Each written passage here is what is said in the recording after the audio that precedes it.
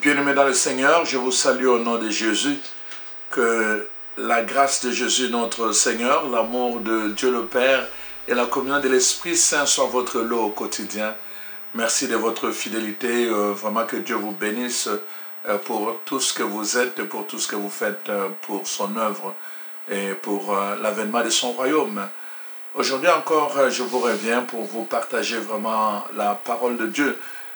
Comme je le dis tout le temps à mes amis les plus proches, si vous avez des questions, des choses parfois qui sont difficiles à saisir d'un coup, je vous conseille peut-être de revisiter l'enseignement et d'écouter une deuxième fois, parce qu'il y a des choses, surtout quand on parle de l'Apocalypse, c'est pas évident pour tout le monde, et surtout ceux qui ne prennent pas le temps de lire ce livre-là. Alors, n'ayez pas peur de réécouter les enseignements, ou plutôt de poser quelques questions d'éclaircissement.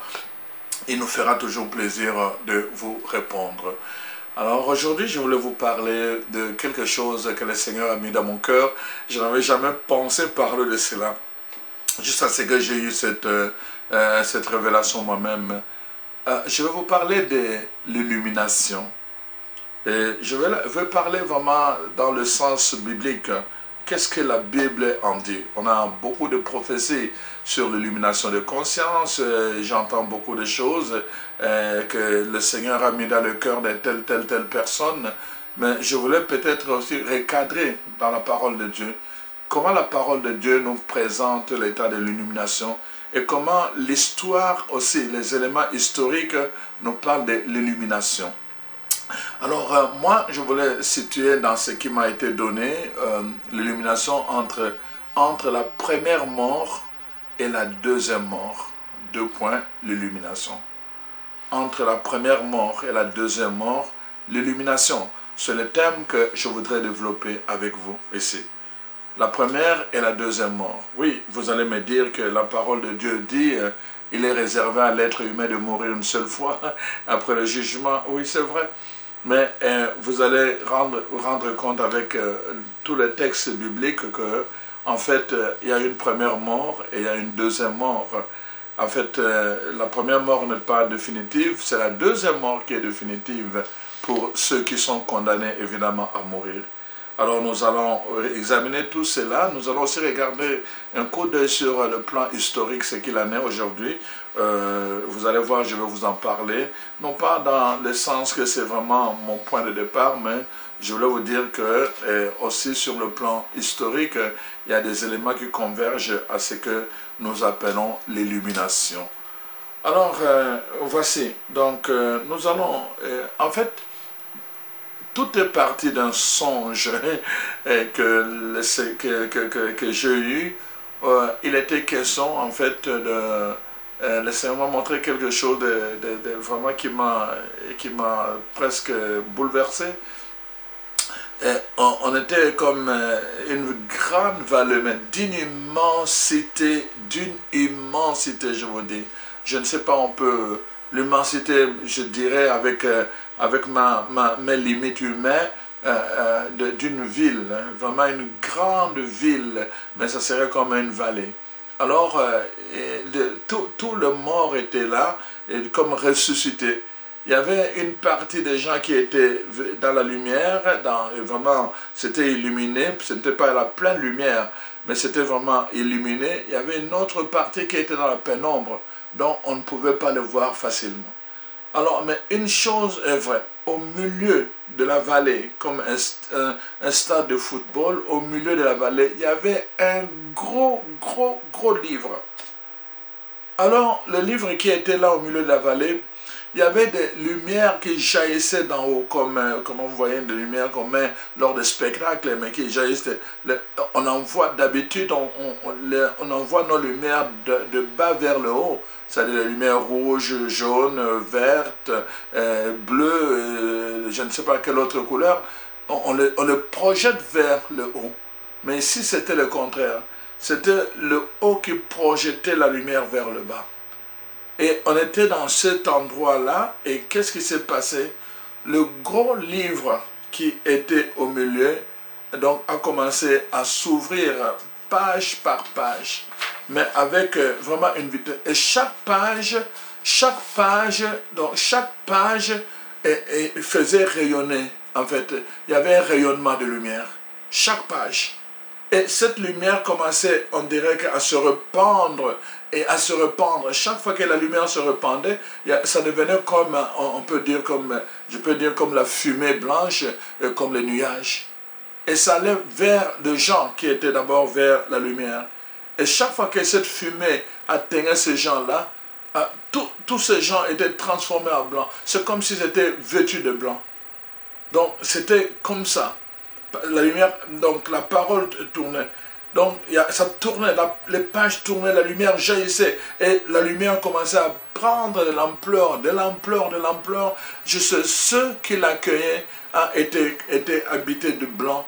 Et il y en a d'autres qui l'ont refusé de l'accueillir, ils sont restés dans leur pénombre. C'est-à-dire on ne pouvait pas les dévisager. Alors, je dis, mais c'est quoi ce livre? Mais il dit, mais ce sont des noirs, les gens qui sont décédés, et la parole de Dieu est proclamée pour qu'ils fassent le choix de la vie. Certains l'ont fait, ceux qui ont accueilli cette lumière qui jaillissait de la parole de Dieu, et d'autres ne l'ont pas fait, c'était ceux qui sont restés dans la pénombre. Et c'était une souffrance de voir justement que même après la mort, les gens n'ont pas pu faire ce choix-là. Le cœur de l'illumination, c'est la lumière qui jaillissait de la parole de Dieu, qui illuminait finalement, qui venait illuminer le visage de ceux qui acceptaient. Donc vous voyez le visage parce que c'est un acte de foi. Ça vient toucher notre intelligence et nous accueillons alors cette parole. Ceux qui accueillaient par l'intelligence, même quand ils ne disaient absolument rien, la lumière allait vers eux. Et alors, automatiquement, la lumière commençait à les envahir, à les illuminer, et leur visage était illuminé, et ils étaient comme revêtus en blanc. C'était merveilleux de voir la scène. Des milliers et des milliers de personnes qui étaient rassemblées. Vraiment, tu vois, d'un côté, ceux qui accueillaient cette lumière qui jaillissait de la parole du livre qui était au centre, et de l'autre côté, ceux qui refusaient de l'accueillir et qui étaient restés dans la pénombre. Et c'est là, en fait, que m'est venue cette idée. On m'a donné cette référence que je connaissais déjà, qui est dans le livre de l'Apocalypse, chapitre 20. Voyez-vous? Alors, donc, je voudrais vous parler de cela. Tout est venu donc de ces songes pour vous parler de l'illumination. Alors maintenant, je vais vous lire ce texte d'Apocalypse, le chapitre 20, pour que vous compreniez un peu ce que j'appelle la première mort et la deuxième mort. Et je vais expliquer un peu que nous comprenions le sens, quand on parle de la mort, qu'est-ce que ça signifie la mort du point de vue biblique, et puis finalement, et qu'est-ce que signifie la deuxième mort du point de vue biblique, alors qu'il est donné à l'être humain de mourir une seule fois. Alors, voici ce que dit le livre Apocalypse chapitre 20. Alors, je vais lire à partir du verset 4, deuxième partie. « Et je vis les âmes de tous ceux qui avaient été décapités à cause du témoignage de Jésus et à cause de la parole de Dieu. Et de ceux qui n'avaient pas adoré la bête ni son image. Ils n'ont pas adoré la bête, ils n'ont pas adoré son image non plus, et qui n'avaient pas reçu la marque sur leur front et sur leurs mains.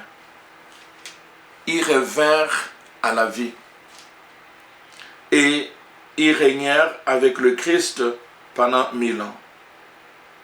Les autres morts ne revinrent point à la vie jusqu'à ce que le 1000 ans fussent accomplis. C'était la première résurrection. Alors, heureux le saint et saints ceux qui ont part à la première résurrection. La seconde mort n'a point de pouvoir sur eux. La seconde mort n'a point de pouvoir sur eux. On dit les âmes des morts, ils étaient morts. C'est-à-dire, ils étaient morts à cause de la parole de Dieu. Ils étaient morts parce qu'ils ont refusé d'adorer la bête ni son image. Ils étaient décapités, physiquement morts. Vous comprenez?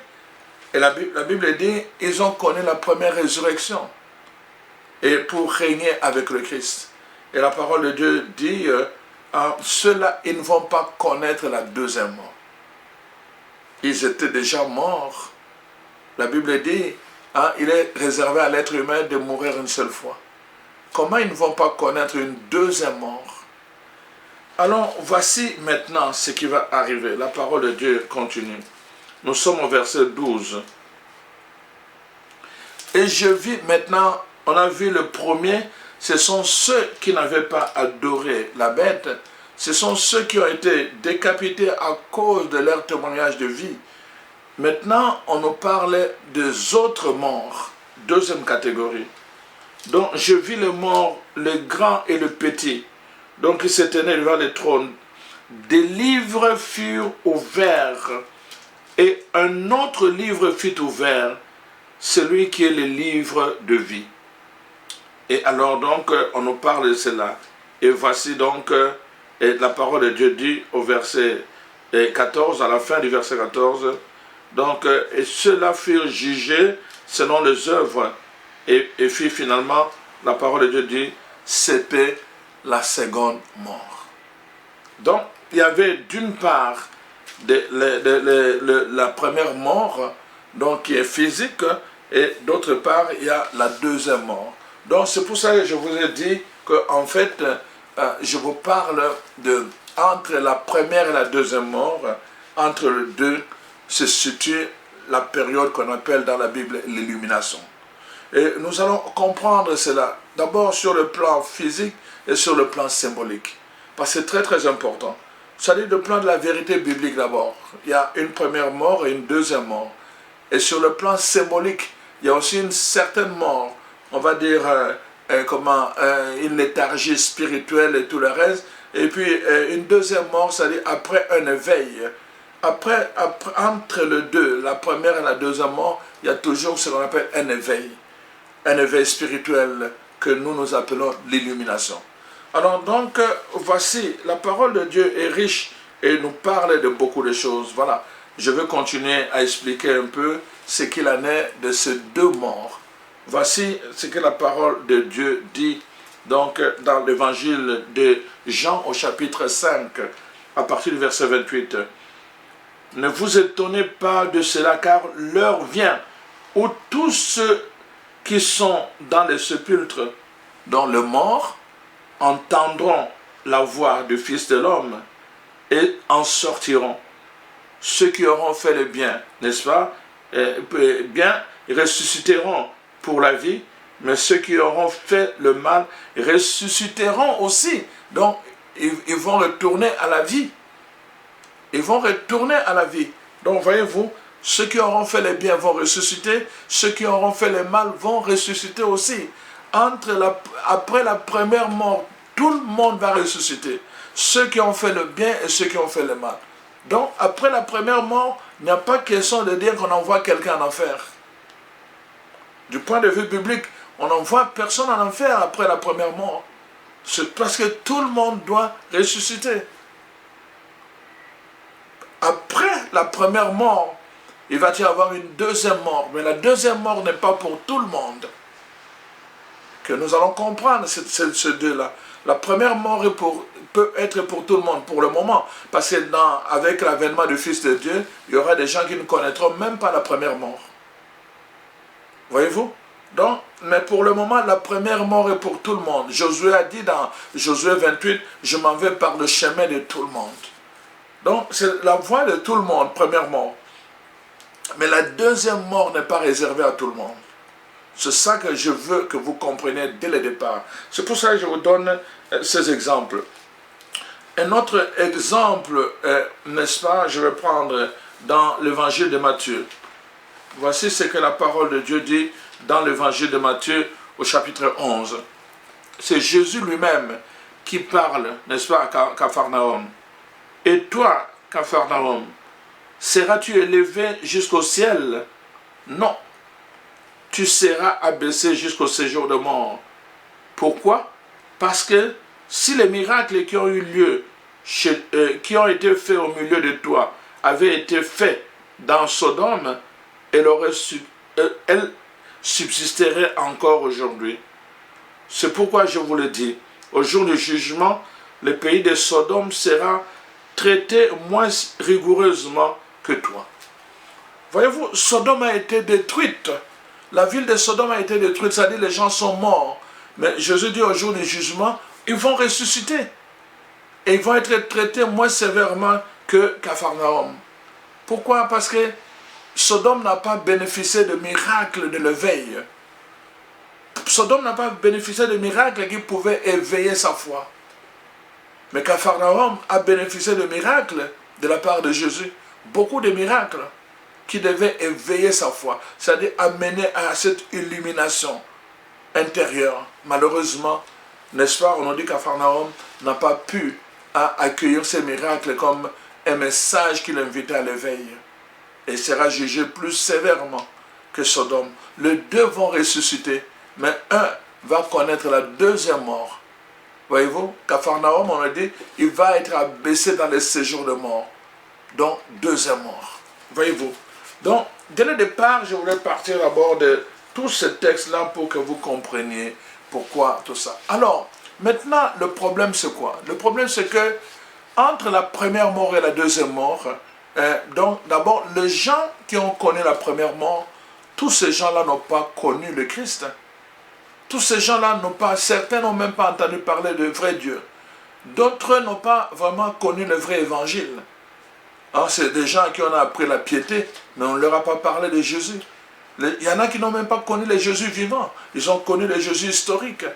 La parole de Dieu est claire dans Acte, n'est-ce pas? Acte 4, la parole de Dieu nous dit, verset 12, « Il n'y a de salut en aucun autre nom, n'est-ce pas? » Donc, aucun salut. Donc, le seul en qui nous avons le salut, le seul nom, hein, c'est le nom de Jésus. Le nom qui a été donné aux humains, par lesquels ils doivent être sauvés, le nom de Jésus. Mais si les gens n'ont pas connu ce Jésus-là, s'ils n'ont pas connu le vrai évangile, comment pourront-ils être jugés? Dieu, on nous dit, c'est un Dieu qui applique la justice. C'est-à-dire qu'il donne la possibilité à tout le monde pour que tu dois avoir le même critère, la même connaissance, le même moyen pour qu'on puisse être jugé. Celui qui a reçu 5 talents et celui qui a reçu un seul talent, ils n'ont pas été jugés de la même façon. Celui qui a reçu 5 talents a été jugé en fonction de 5 talents. Celui qui a reçu 2 talents a été jugé en fonction de 2 talents. Et celui qui a reçu un seul talent a été jugé en fonction d'un seul talent. On ne lui a pas demandé de produire comme celui qui a reçu 5 talents. Donc Dieu est juste. Il veut appliquer sa justice à tout le monde. Il y a des gens qui sont morts malheureusement sans avoir entendu parler de l'évangile. Il y a des gens qui sont morts, qui ont connu la première mort sans avoir eu l'occasion vraiment de confesser leur foi. Alors comment Dieu va juger ces gens-là pour la deuxième mort ou pour l'éternité? Voilà pourquoi dans la justice de Dieu, n'est-ce pas, Dieu veut manifester sa miséricorde et sa justice en donnant la même chance à tout le monde. Et il veut justement que tout le monde parvienne à la connaissance de la vérité pour être sauvé. C'est-à-dire que tout le monde ait la chance d'avoir écouté la parole de Dieu, d'avoir été confronté à l'évangile. Et alors, à partir de ce moment-là, ils peuvent faire leur choix. Voilà pourquoi, justement, nous parlons, le temps de l'illumination, c'est ce temps-là où Dieu donne la chance, la même chance à tout le monde, ceux qui avaient écouté la parole de Dieu et ceux qui ne l'ont jamais écouté, d'avoir au moins eu la chance, une fois dans leur vie, d'écouter la parole de Dieu et de choisir. Voilà pourquoi je vous ai dit que dans mon songe, il y avait un gros livre au cœur du rassemblement, et ce livre s'ouvrait par lui-même, et donc ceux qui l'accueillaient étaient illuminés. L'illumination de conscience, l'illumination va se faire de cette façon-là.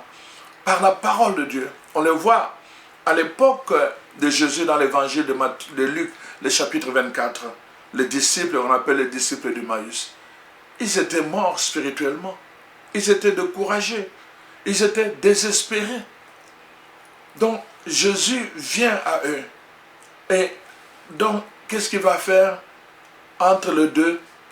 Il va les éveiller, c'est l'illumination, mais par la parole de Dieu. Il va donner la parole et la Bible dit, eux-mêmes vont reconnaître que notre cœur n'était-il pas brûlant au-dedans de nous, tandis qu'il nous parlait en chemin et qu'il nous expliquait les Écritures. C'est la parole de Dieu qui a apporté l'illumination. Voyez-vous? Donc c'est important. Tout ce que nous allons vivre, la Bible dit par rapport à nos œuvres vont être exposées par la lumière de la parole de Dieu, quand nous parlons d'illumination. À la lumière de la parole de Dieu. Donc, Dieu va nous mettre en face de notre histoire, de notre passé, et il va nous mettre aussi, il va nous projeter, n'est-ce pas, ce que va être le règne de Dieu en Jésus-Christ. Voyez-vous? Et alors, après avoir mis les deux, il va libérer sa parole. Et nous aurons évidemment à choisir. Voyez-vous, chers frères et sœurs, la parole de Dieu vraiment nous donne cette grâce-là. Et alors voilà, donc j'étais en train de vous expliquer ces choses. Nous savons, la parole de Dieu nous dit que, aussi, pour expliquer un peu toute la notion de la justice de Dieu, la notion de la miséricorde de Dieu. Voilà, dans 1 Jean, chapitre 5, verset 19, la parole de Dieu nous dit, le monde entier gît sous la puissance du malin. Tous les gens qui sont dans ce monde, nos arrière-grands-parents, plusieurs étaient régis justement par ce monde, par la puissance du malin. Et parfois même certains chrétiens sont encore régis par la puissance du malin. Dans 2 Corinthiens 4, 3 à 4, la parole de Dieu dit, si notre évangile est encore voilé, il l'est pour ceux qui périssent, pour les incrédules dont le Dieu de ce siècle a aveuglé l'intelligence, afin qu'ils ne voient pas briller la splendeur de l'évangile, de la gloire du Christ, qui est l'image de Dieu. Donc, certains peuvent avoir reçu l'évangile, mais cet évangile a été voilé dans sa splendeur, à cause, n'est-ce pas, on nous dit, à cause du Dieu de ce siècle. Donc, Satan peut voiler aussi l'évangile qui est proclamé. C'est pour ça que vous allez voir des gens, ils sont tout le temps dans l'église, mais quand vous regardez leur vie, c'est un contre-témoignage. Ils sont continuellement dans le péché, mais tout le temps dans l'église.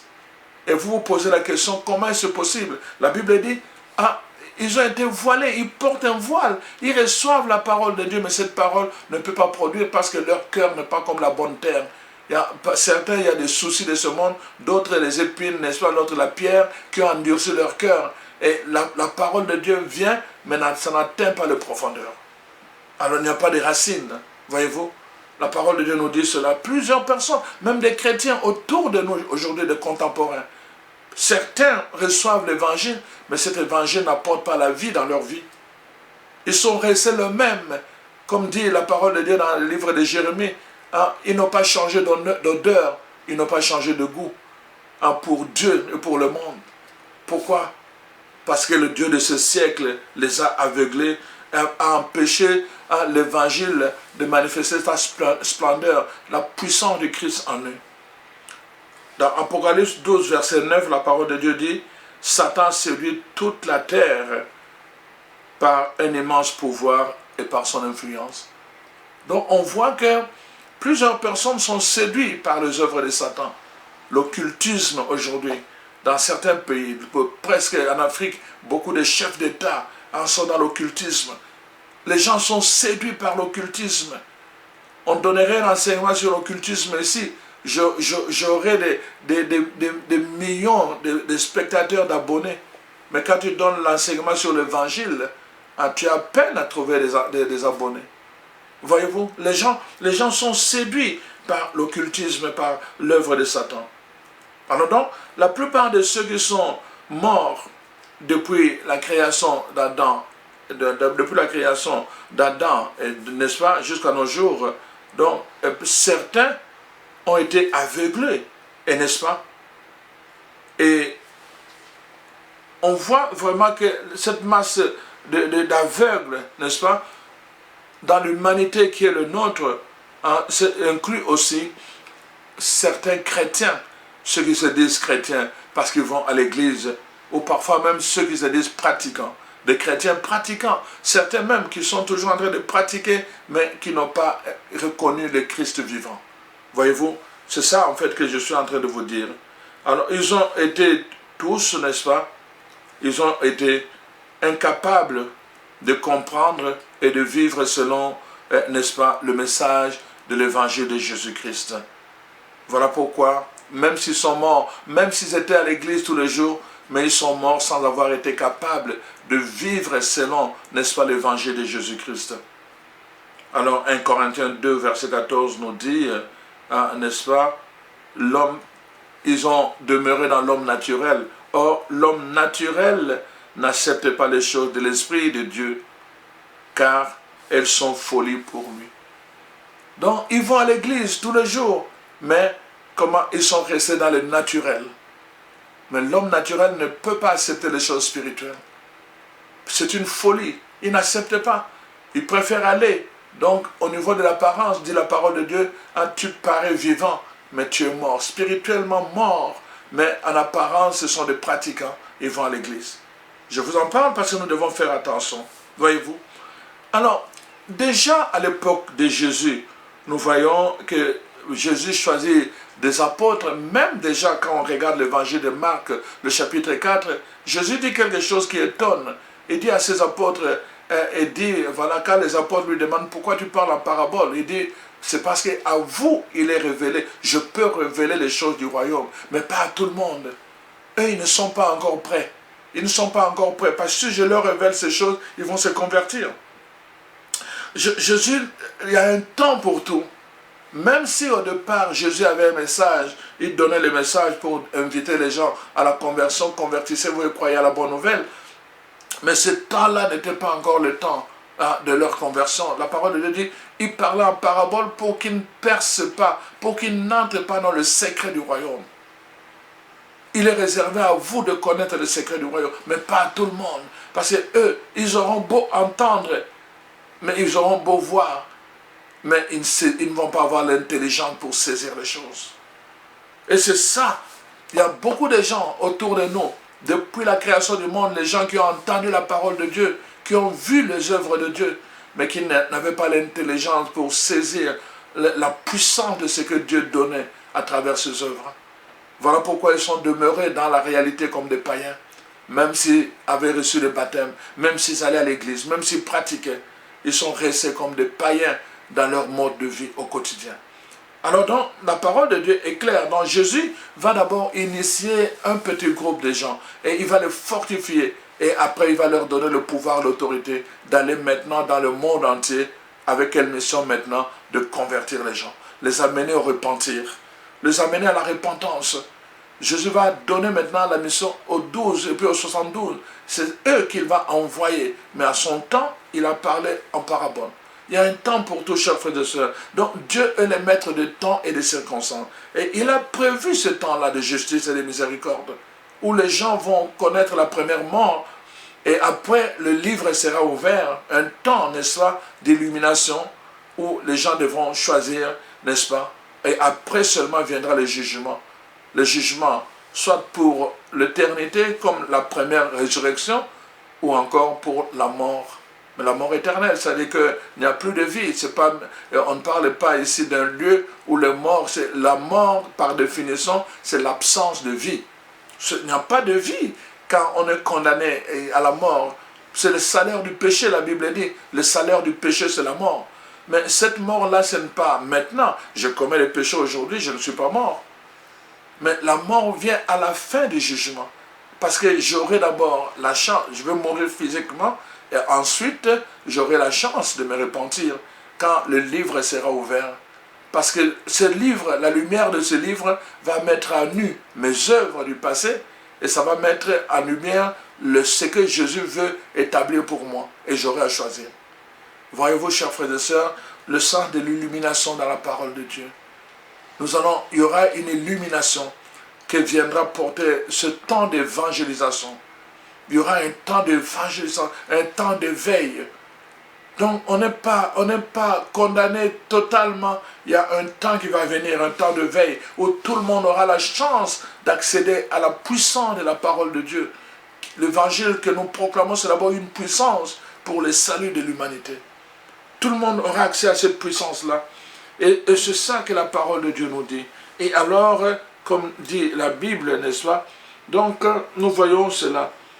Et Dieu, dans sa justice, il va donner d'autres opportunités, n'est-ce pas, à ses enfants.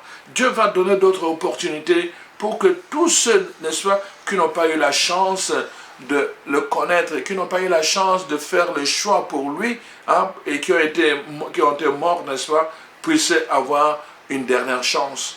Ce temps-là entre la première mort et la deuxième mort, voyez-vous. Donc, c'est pour cela que nous devons vraiment être attentifs.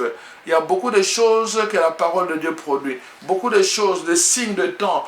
Dieu le met exactement comme il est dit. Si ce miracle avait eu lieu chez toi, à Sodome, Sodome ne serait pas mort. Beaucoup de choses que Dieu met à notre portée aujourd'hui, c'est pour attirer notre attention, c'est pour nous amener à l'éveil, c'est pour nous prévenir. Jésus a dit, regardez le signe de temps. Faites attention aux signes de temps. Il y a des choses qui nous préviennent que la pluie va tomber. Il y a des choses qui nous préviennent qu'il y a un vent qui va arriver. Dans l'eau, on nous montre des signes. Quand vous voyez tel signe, fouillez parce qu'il y a une tornade, il y a comment bien, il y a comment on les appelle encore, des ouragans, ou bien je ne sais pas quoi, qui vont se manifester. Et nous devons être attentifs à ces signes. Et c'est la même chose que le Seigneur nous dit dans la parole de Dieu. Il donne des signes, des miracles, tout le reste pour nous aider, n'est-ce pas, à prendre soin de nous. Donc, je dis, il y a eu une première mort, n'est-ce pas, comme on a dit, la première résurrection. C'est la meilleure résurrection. On nous dit la résurrection des justes, n'est-ce pas? C'est la meilleure résurrection. Parce que c'est très important, cette résurrection-là. C'est la meilleure résurrection. Donc, ceux qui y participent, n'est-ce pas, naîtront dans le royaume de Dieu en tant qu'enfants de Dieu, immortels et glorifiés. Ils seront immortels. Ils n'auront plus besoin de la deuxième mort. Parce qu'ils seront déjà, la première résurrection, nous avons vu, les gens qui vont mourir à cause du témoignage de la parole. Les gens qui vont mourir à cause de leur foi en Jésus-Christ, ils ne connaîtront plus la deuxième mort. Pour eux, ça sera vraiment une résurrection de gloire, une résurrection d'éternité. Voyez-vous que la parole de Dieu nous dit. Donc, pendant cette période, n'est-ce pas, tous connaîtront, n'est-ce pas, la vie de Dieu dans le millénium. Tout le monde va connaître cela. D'ailleurs, nous savons, n'est-ce pas, le livre des Hébreux nous dit ceci, j'aime bien. Ça va nous introduire dans une nouvelle alliance avec Dieu où nous savons que quelque chose avait été brisé, mais nous savons en même temps aussi que ça va être restauré. Voici ce que la parole de Dieu dit dans le livre des Hébreux au chapitre 8. La parole de Dieu dit ceci à partir du verset 10. Mais voici l'alliance que je ferai avec la maison d'Israël après ce jour-là, dit le Seigneur. Je mettrai mes lois dans leur esprit et je les écrirai dans leur cœur. Et je serai leur Dieu, ils seront mon peuple. Aucun n'enseignera plus son concitoyen, ni aucun son frère en disant « connais le Seigneur ». Pourquoi? Car tous me connaîtront, depuis le plus petit jusqu'au plus grand d'entre eux. Alors, parce que je pardonnerai leur iniquité et que je ne me souviendrai plus de leurs péchés. En disant une alliance nouvelle, il a déclaré la première alliance, donc il a déclaré la première ancienne. Voilà, or, ce qui est ancien, ce qui a vieilli, est prêt de disparaître. Donc, pendant ce temps de l'illumination, on n'aura plus besoin d'enseigner. La parole de Dieu sera proclamée, en fait, avec puissance. Avec puissance, Dieu lui-même va s'occuper d'inscrire ses lois dans le cœur des gens. la parole de Dieu va se proclamer avec puissance, voyez-vous. Les gens n'auront plus besoin, n'est-ce pas, parce que même les gens qui enseignent, certains ont utilisé le nom de Dieu pour leur propre cause. Combien sont devenus des millionnaires au nom de Jésus-Christ? Et ils n'ont pas pu mettre leurs millions au service de leurs frères et sœurs qui sont en train de souffrir. Jésus a dit, j'étais malade, j'étais en prison, j'avais faim, j'avais soif. Est-ce que ces gens-là, n'est-ce pas, qui sont devenus des millionnaires à cause de l'évangile, pensent à ces gens qui ont soif, qui ont faim et qui sont en prison? Donc voilà, même ceux-là, on va être jugés à cause de nos œuvres, n'est-ce pas? La parole de Dieu est claire là-dessus. C'est pour cela que la vague de l'évangélisation qui va illuminer, qui servira d'illumination et de l'éveil spirituel, ça va être, Dieu lui-même va s'occuper d'inscrire ces lois dans le cœur des gens. Et chacun ne pourra plus dire, oh, mais moi, personne n'est venu m'enseigner. Ça sera une évangélisation de puissance. Ça sera un éveil spirituel très puissant. Parce que Dieu lui-même va s'en occuper. Les saints de Dieu vont s'en occuper. Voyez-vous, chers frères et sœurs, et c'est ça que la parole de Dieu nous dit. Donc, personne n'aura plus à s'occuper de personne. Et alors, donc, il y aura les autres morts. Et qui sont ces autres morts? Ceux qui n'ont jamais, n'est-ce pas, été embrasés par le véritable évangile. Ils n'ont jamais été embrasés par le feu de la parole, par le feu de l'évangile. Ce sont ceux-là, les autres morts, voyez-vous. Alors donc, pour eux, n'est-ce pas, Dieu leur donne aussi la résurrection. Mais ce n'est pas une résurrection glorieuse. Leur résurrection n'est pas glorieuse. Voyez-vous, leur résurrection, c'est une grâce, c'est un temps de grâce. C'est une faveur que Dieu leur donne pour qu'ils puissent se ressaisir, qu'ils puissent prendre le temps maintenant de choisir pour Dieu, de comparer, n'est-ce pas, de comparer. La parole de Dieu dit dans 2 Pierre, n'est-ce pas, 3, 9, que si le Seigneur tarde à venir, ce n'est pas parce qu'il ne peut pas le faire, mais non simplement, n'est-ce pas, parce que c'est pas que sa promesse ne peut pas se réaliser, mais si le Seigneur tarde à venir, c'est parce qu'il prend patience envers nous, n'est-ce pas, pour nous donner la chance de nous convertir et de nous sauver. Il tarde à prendre, à mettre les choses en marche, vraiment le dernier assaut, pour donner cette deuxième chance. Il donne la deuxième chance. L'illumination, c'est un temps de grâce, un temps de faveur que Dieu met à la portée de ses enfants, n'est-ce pas, pour qu'ils reviennent, pour qu'ils soient sauvés.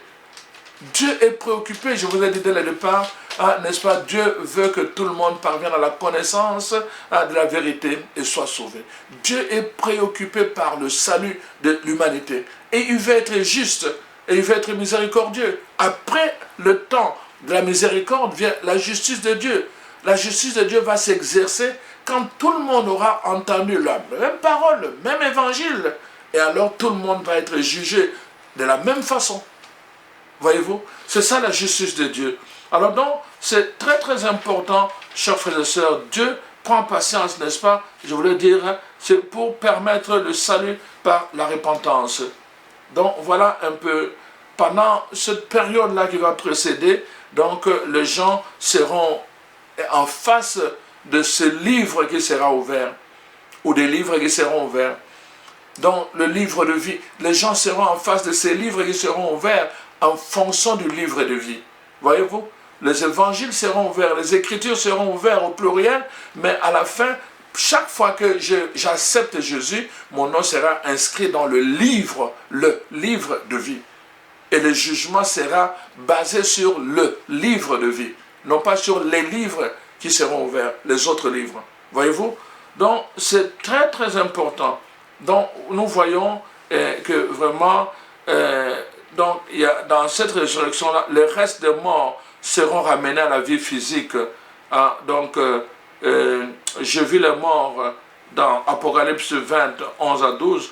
Et je vis les morts, les grands et les petits, qui se tenaient devant le trône, n'est-ce pas, que je lis, et les livres furent ouverts. Donc, on voit, le livre a été ouvert. Après, donc, la deuxième résurrection, les livres biblions, donc, sont ouverts pour la première fois à la compréhension de milliards des humains sur la terre, n'est-ce pas? Alors, ils seront, donc, tous ces gens qui étaient morts avant, sans avoir connu, n'est-ce pas, la splendeur de l'évangile, pour la toute première fois, le livre va être ouvert pour eux, afin qu'ils puissent entendre et comprendre, n'est-ce pas, l'évangile de Jésus-Christ. Et alors, on nous dit, ces personnes, ces milliards de personnes auront maintenant, n'est-ce pas, une opportunité d'apprendre la vérité. Une opportunité. Ils vont apprendre la vérité. La parole qui sera donnée dans ce livre-là, qui sera ouvert, c'est la parole de vérité. Alors, donc, ils auront l'opportunité d'apprendre la vérité, et après avoir appris la vérité, en fait, n'est-ce pas, ils auront cet avantage-là de comparer, n'est-ce pas, le monde avant et le monde à venir, qui sera dirigé par le Christ lui-même, comme je l'ai dit avant. Donc, nous voyons qu'à travers les deux résurrections, nous voyons la gloire, n'est-ce pas, de la première résurrection, et la justice de Dieu, l'équité de Dieu, n'est-ce pas? Et il donne à chacun la même opportunité avant de juger. La parole de Dieu, voilà, nous montre cela. Maintenant, je vais venir avec la conclusion de ça après. Je voulais faire comme vraiment une intrusion. Permettez-moi, chers frères et sœurs, ce n'est pas pour vous amener à aller utiliser ce genre de choses, mais je voulais vous montrer, je dis, que tout concourt à cela, à l'illumination. Nous voyons que de plus en plus, vous voyez, depuis un certain temps, on nous parle des Illuminati, même le mot lui-même, les Illuminati, que ça signifie? Les illuminés. Donc, l'illumination se fait non seulement dans le monde spirituel de chrétiens, mais l'illumination aussi se prépare dans le monde de ceux qui sont dans l'occultisme. Eux aussi, ils préparent leur illumination. Et ils sont déjà en train de s'initier à ce monde qu'ils appellent le monde de l'illumination, les illuminés, avec l'intelligence qu'ils disent que Satan a donnée à Adam et Ève, en ouvrant leur intelligence à la connaissance. Voyez-vous? Et leur illumination, c'est cette connaissance de vérité qui concerne le monde occulte. Mais nous, l'illumination va se faire avec la parole, qui est la lumière de la parole qui va nous mettre en face de nos œuvres, de notre vie du passé, de tout ce que nous avons fait. Nous prendrons conscience de cela. Nous serons comme devant un miroir, mais nus devant un miroir. Nous allons voir toutes les taches sur notre peau. Nous allons voir comment nos cheveux commencent à blanchir. Nous allons voir tout ce qu'il y a comme défaut sur nous et nous les verrons dans la dimension spirituelle. C'est ça, la lumière qui va nous apporter la parole de Dieu. Dans le monde occulte, je vous ai dit qu'il se prépare aussi avec, de plus en plus, on est en train de parler des Illuminati aujourd'hui. Mais ce n'est pas nouveau, voyez-vous. Dans l'ancien temps, les moyens pour interpréter la dimension spirituelle, c'était l'astrologie. Dans l'ancien temps. Donc, on utilisait l'astrologie pour comprendre le langage du ciel. L'astrologie a beaucoup servi. Et nous savons, par exemple, dans la Bible, dans les évangiles, nous voyons, on le dit tout le temps quand on parle le roi mage. Mais qu'est-ce que signifie le roi mage? Le roi mage, on utilisait l'astrologie pour reconnaître la présence de Jésus. Les rois mages ont utilisé l'astrologie pour reconnaître la présence d'un nouveau roi qui venait d'arriver. Donc, nous voyons, c'était leur façon vraiment de comprendre, n'est-ce pas, les choses spirituelles en ce moment-là. Pourquoi? Parce que l'astrologie joue avec ce qu'on appelle l'alignement de tout ce qui est, n'est-ce pas, l'alignement des astres. Et alors, ils comprennent que le positionnement des astres sont indicateurs d'un événement très important ou d'une catastrophe qui va arriver à travers, n'est-ce pas, à travers le fil de temps, de générations et tout le reste. Alors, je vais vous dire quelque chose à propos de cela. Ce n'est pas mon domaine vraiment. Il y a quelqu'un qui m'avait envoyé quelque chose. J'étais curieux de voir, mais c'est quoi exactement? Et il m'a envoyé quelque chose qui parle de l'ère du Verseau. Que nous venons de passer de l'ère du poisson à l'ère du Verseau. Je suis en train de vous parler donc de l'astrologie. Donc c'est pas biblique ce que je suis en train de vous dire, mais je suis en train de vous dire comment ça correspond à ce que nous appelons le temps de l'illumination. Voilà.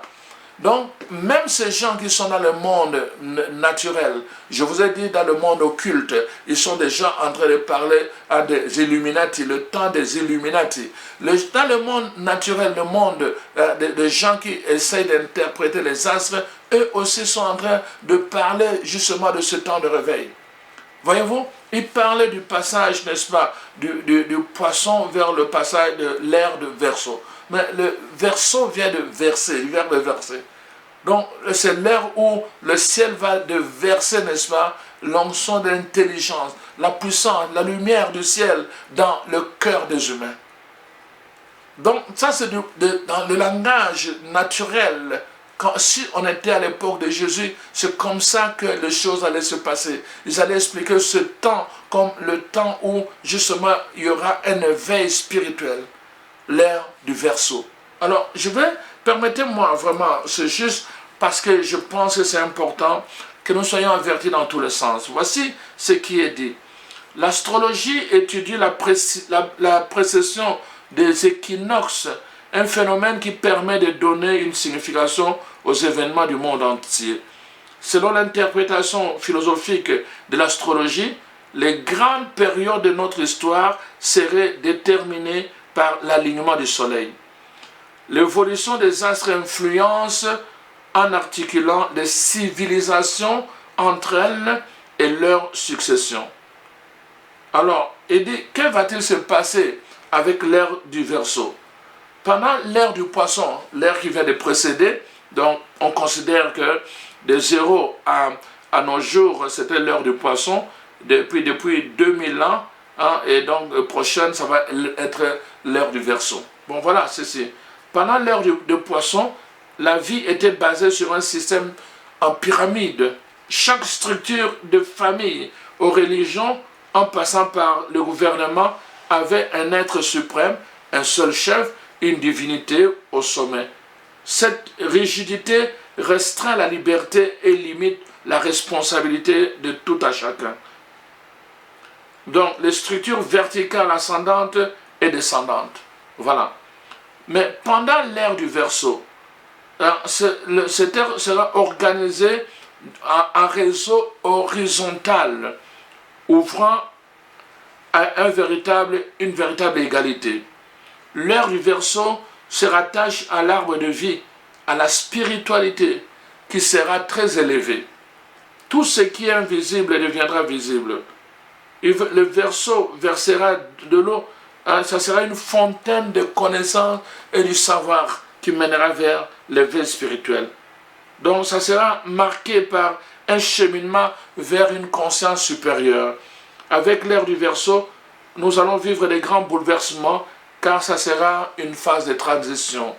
Alors, la connaissance et la sagesse, l'âge de l'éveil des consciences, ça sera de notre responsabilité de rester sur une bonne voie et de continuer à avancer dans notre progression spirituelle. Alors, voyez-vous, donc tout tourne autour de l'éveil spirituel avec le Verseau. Donc, mais ça sera précédé par une période de chaos. De forces occultes pourront déchaîner les doctrines ésotériques. La magie noire sera mise à la disposition de tous et cela pourra provoquer un chaos temporaire. Il marque l'ère de la lutte entre le bien et le mal et donc du combat spirituel.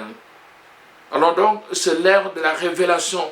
Nous allons réaliser que nous sommes appelés à devenir de maîtres spirituels que nous attendions. Voyez-vous? Donc, sur le plan de l'occultisme, hein, on est dans l'ère des Illuminati.